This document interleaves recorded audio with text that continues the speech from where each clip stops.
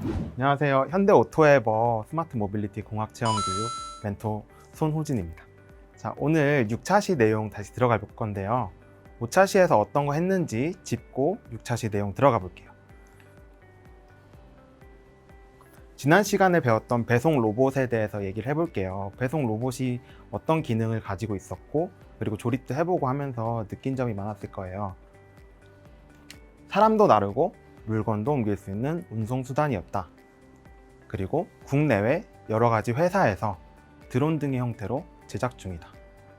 하늘을 나는 것도 있을 수 있고 땅에서 다니는 것도 있을 수 있다고 얘기를 했었던 것 같아요. 자, 그리고 여러 가지 편의성들이 나타난다.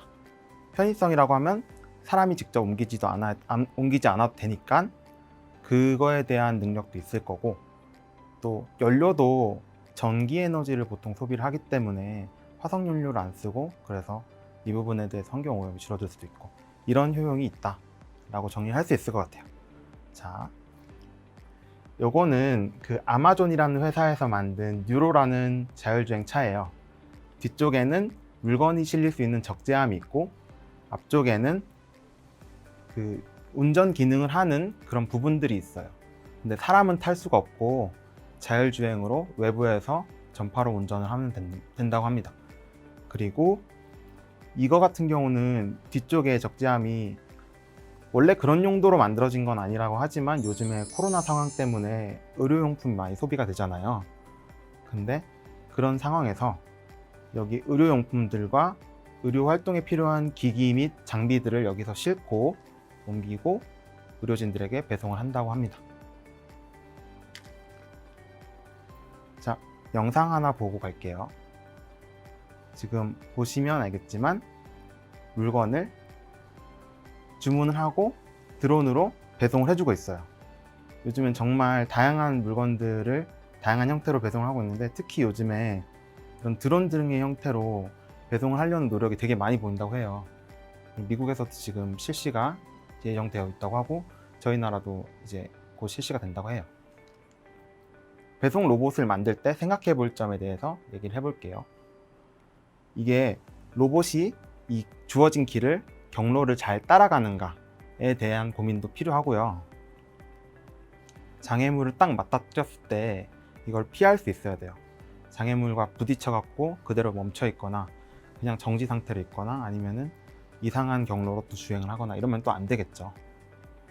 목적지를 인식하고 또 목적지에 도달했을 때 멈출 수 있어야 돼요. 목적지를 지나쳐서 쭉 다른 데로 가버리거나 길을 새거나 그러면 또 안 되겠죠. 문제가 발생했다고 볼 수가 있어요. 그리고 또 무엇이 있을지 잠깐 생각을 해보고 이제 6차 시 내용 넘어가 볼게요. 이번 시간에는 적재함에 대해서 얘기를 해볼 건데, 적재함은 정말 뭐 특별한 건 아니고 우리가 5차 시에서 배웠던 배송 드론이 움직이는 역할을 담당한다면 뒤쪽에서 물건을 실을 수 있는 그런 부분이에요. 배송 로봇의 뒤에 연결되어 물건이 담길 장치다 라고 표현을 하면 좋겠고, 기차나 트럭 다들 본 적 있을 텐데 움직이는 물체 뒤에 적재함이 다들 실려 있을 거예요. 그런 부분을 적재함이라고 한다 하고 얘기를 할 수 있을 것 같아요. 이런 모양에서 보시면 알겠지만 이쪽은 운송을 담당하는 부분, 뒤쪽은 물건이 실릴 부분, 이쪽에서 움직임을 주면은 뒤쪽에서 이렇게 같이 끌려가는 그런 구조예요. 이것도 마찬가지예요. 꼬마 열차 놀이공원 같은 데 가면은 다들 타봤을 테지만 이쪽에서 움직임을 줘서 회전도 주고, 근데 뒤에 있는 부분은 잘 따라가서 이게 움직임 유동적이게 그렇게 표현을 할 수 있다고 생각합니다. 그리고 이거는 약간 조금 유치할 수 있지만 그래도 움직임을 어떻게 우리가 표현을 하느냐를 말씀을 드리기 위해서 영상을 한번 갖고 와봤어요. 아까 말했던 것처럼 앞쪽에서 움직임을 주고 뒤쪽에서 잘 이렇게 끌려와주는, 그리고 물건도 실 수 있고 사람도 실 수 있는. 우리가 적재함을 만들 때 생각해 볼 점들이 있어요. 몇 가지가. 적재함이 배송 로봇과 잘 연결되어 있는지, 배송 로봇과 적재함이 잘 연결되어 있지 않으면 혼자 적재함이 끊어져서 다니거나 아니면은 배송 로봇 혼자 쭉 가고 이런 경우가 발생을 하겠죠. 잘 연결되어서 목적지까지 잘 배송을 해줘야 돼요. 방향을 틀 때 주변과 부딪히지 않는지도 생각을 해봐야 될 것 같아요. 방향을 틀 때 꺾여갖고 잘 움직이지 않는 그런 경우도 있거든요. 그런 부분들을 생각해 주면 좋을 것 같아요.